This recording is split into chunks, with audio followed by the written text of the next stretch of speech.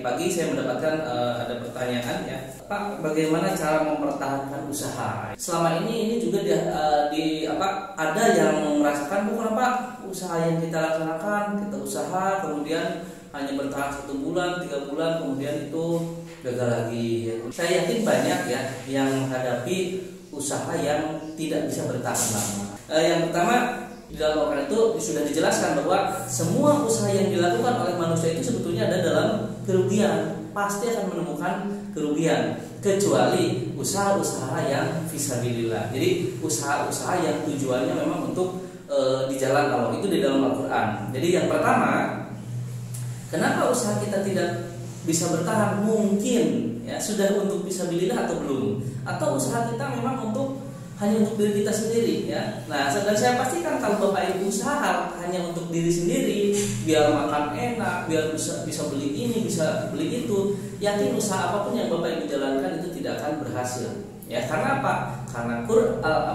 Tuhan, karena Allah di dalam Al-Qur'an sudah menyatakan, dan Al-Qur'an ini kebenarannya adalah kebenaran yang mutlak ya. Tidak bisa ditawar-tawar lagi. Ya, nah, jadi kuncinya yang pertama, apakah tujuan bisnis yang Anda lakukan untuk fisabilillah? Artinya gini. Tadi kan kalau tujuannya hanya untuk mengenyangkan, biar makan enak, biar banyak duit, yakin Tuhan akan menolak. Ya, karena apa? Karena siapa kamu ya? Siapa kita ya? Ibadah nggak benar ya kan? Pengen makan yang enak, fasilitas yang enak, mobil yang enak dan lain sebagainya. Itu sudah menyatakan, saya juga pernah berpikir seperti itu.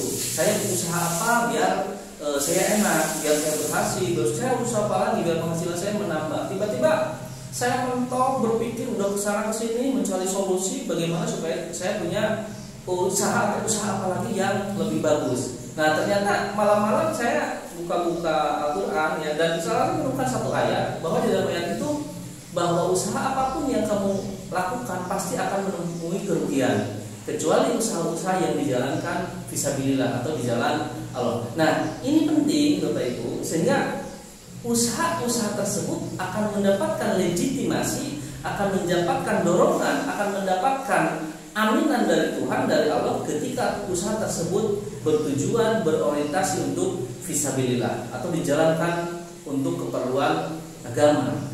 Untuk apa saja? Orientasi kita rubah. Yang awalnya orientasi kita di dalam bisnis bagaimana supaya kita hidup enak, supaya kita bisa punya uang banyak, punya mobil, punya motor, punya rumah, kita orientasinya rubah.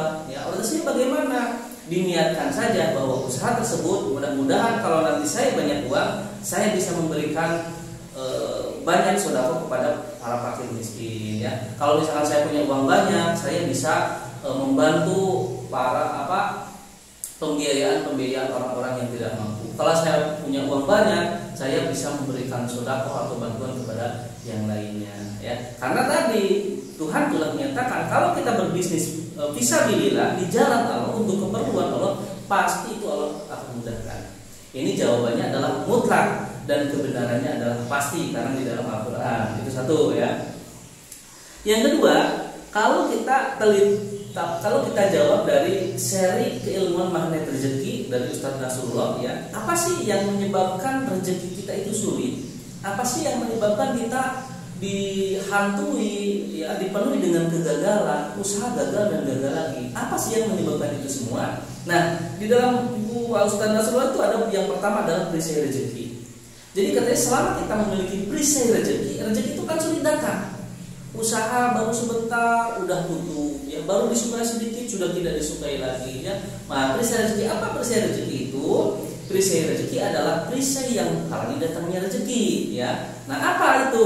Perisai rezeki adalah dosa. Apakah mungkin ada dosa yang sudah kita lakukan, membicarakan orang lain atau ghibah ya, atau apakah pemikiran kita masih negatif sama orang lain, atau apakah dalam keseharian kita tidak memuliakan orang lain ya kan, masih menjelekkan orang lain, masih iri terhadap kesuksesan dan keberhasilan orang lain, apakah dalam keseharian kita masih suka menyakitkan hati orang lain dan lain sebagainya. Yang pertama itu adalah apakah ada dosa yang kita miliki sehingga Tuhan itu mempersulit dalam hidup kita.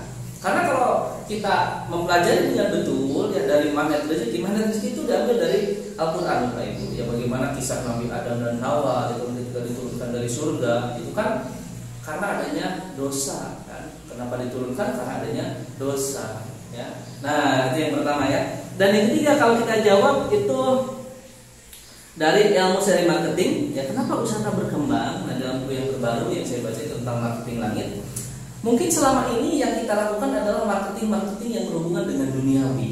Ya, marketing dengan duniawi itu apa? Misalkan Bapak Ibu punya usaha, ya Bapak Ibu mencoba menjual di medsos, ya, di status WA, di status Facebook, ya, di YouTube, ya, atau di platform penjualan seperti Shopee, ya, Bukalapak dan lain sebagainya. Itu adalah duniawi. Atau Bapak Ibu mungkin membuat brosur-brosur itu duniawi. Mungkin Bapak Ibu tidak mencoba menggunakan marketing langit, ya. Marketing langit itu apa? Marketing kepada yang punya.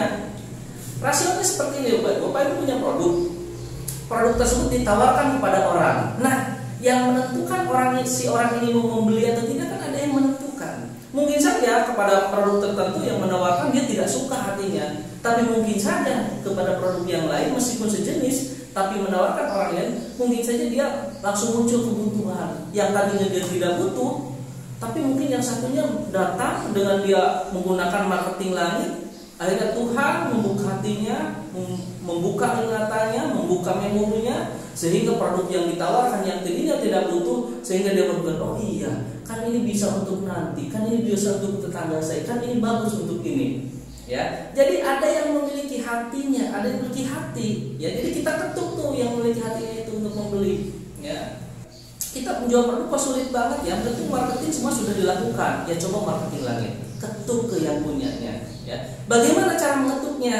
Banyak orang yang berhasil, ya, sukses dalam mengembangkan bisnis dan membangun usaha, mungkin dengan amalan-amalan, mengamalkan sholat duha. Karena jelas Bapak Ibu, dari sholat duha itu jaminannya sudah jelas dalam Al-Quran bahwa dengan sholat duha 2 rakaat itu sama artinya seperti sedekah. Mungkin ada juga orang yang mencapai kesuksesan dengan cara beliau terus bersedekah kepada setiap fakir miskin, anak yatim, ya, dan kepada jompo, gitu kan. Itu ada yang menggunakan marketing langit seperti itu. Jadi marketing langit itu adalah bagaimana kita mendapatkan perhatian dari yang memiliki segalanya. Mungkin ada juga yang menggunakan tahajud untuk marketing langit dia. Ya, tapi ingat, jangan berpikir wah kalau begitu ibadah fokus untuk bisnis. Ya enggak ya, kita tidak bahas ibadah yang wajib, karena ibadah yang wajib itu memang fokus kepada Tuhan, ya. Itu harus lillahi ta'ala. Nah, memang semua ibadah itu harus lillahi ta'ala.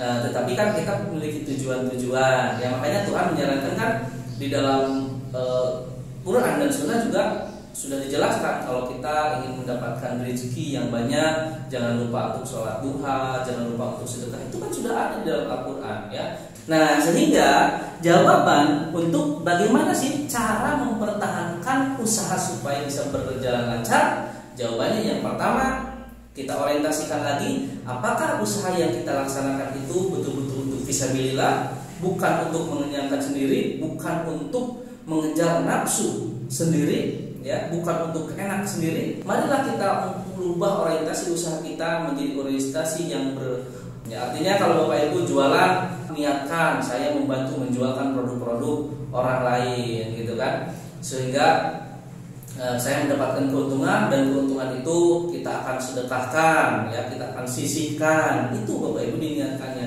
Karena kalau sudah diniatkan fisabilillah, ada jaminan dari Tuhan. Di dalam Al-Quran dan Hadis juga dijelaskan bahwa ketika kita beramal baik, maka kita akan mendapatkan pahala. Bahkan pahalanya tidak satu sama, ya, hitungannya, rasionya. Pahalanya adalah 10 kali lipat, bahkan lebih.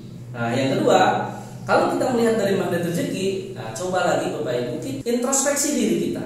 Apakah kita masih banyak melakukan hal-hal yang memang dilarang oleh Tuhan, ya, sehingga menyebabkan rezeki kita itu sulit, sehingga menyebabkan usaha yang kita jalankan itu banyak yang gagal. Dan yang ketiga, kalau kita sudah memaksimalkan usaha di dunia, marketing, ya, manajemen dan sebagainya, apakah Bapak Ibu sudah mencoba menggunakan marketing langit dengan cara berdoa lebih rajin, dengan cara mengamalkan amalan-amalan ibadah yang memang ada kaitannya dengan rezeki. Dan yang terakhir Pak Ibu, mungkin ini jawaban dari saya, ya, pada saat merintis usaha itu harus dianalisa. Nah, contohnya apa analisanya? Contohnya adalah Martabak Bandung, contoh ya. Martabak Bandung ini saya di Kecamatan Padaherang itu kenapa tiap hari orangnya ngantri, ya ngantri terus tiap hari ya karena memang mereka punya hitungannya seperti apa? Hitungannya adalah jumlah penduduk yang ada di Padaherang itu 60.000, ya 60.000, sedangkan Martabak Bandung itu hanya 1 per kecamatan, artinya 1 berbanding 60.000 penduduk.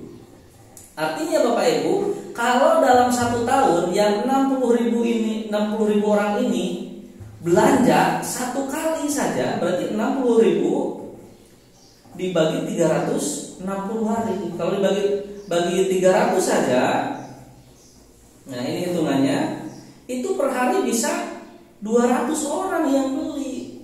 Kenapa banyak? Ya karena memang punya hitungan, karena konsumennya tersedia, ya. Ada 60.000 kemungkinannya calon customernya. Martabaknya cuma 1, Martabak Bandung di Kecamatan Padaherang. Rasionalnya kalau 1 orang saja dari 60.000 itu beli 1 aja martabak dalam 1 tahun, itu per hari dia akan mendapatkan konsumen 200 orang.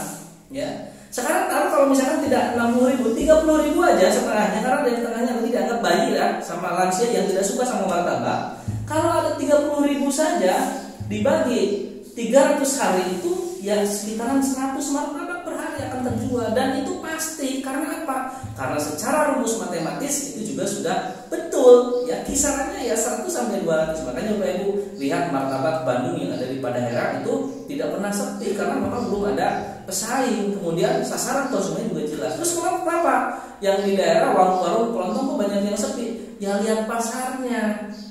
Saya lihat di kampung saya juga ada warung beberapa titik, ya kan, konsumennya hanya 200 orang misalkan, warungnya ada 10. Coba, ini kalau 200 dibagi 10, ya kalau yang 200 orang ini belanjanya setahun sekali, mungkin per hari hanya belanja 1 orang. Kalau dibagi 10, ya mungkin 10 hari sekali warung tersebut akan belanja kalau dibagi rata. Jadi satu orang master itu hanya 1 kali dalam 10 hari, karena hitungannya memang sedikit. Jadi lihat dulu konsumennya, ya apakah produk yang kita butuhkan itu sudah banyak atau tidak. Mungkin itu sepintas jawaban untuk pertanyaan bagaimana cara mempertahankan sebuah usaha, ya. Karena kalau di dalam bisnis intinya orang itu akan melihat keberhasilan itu hanya keberhasilan saja. Wah, dia berhasil, dia tidak pernah tahu bagaimana kegagalan kita. Coba tanyakan di pengusaha-pengusaha di sekitar Bapak Ibu, apakah mereka banyak gagalnya atau banyak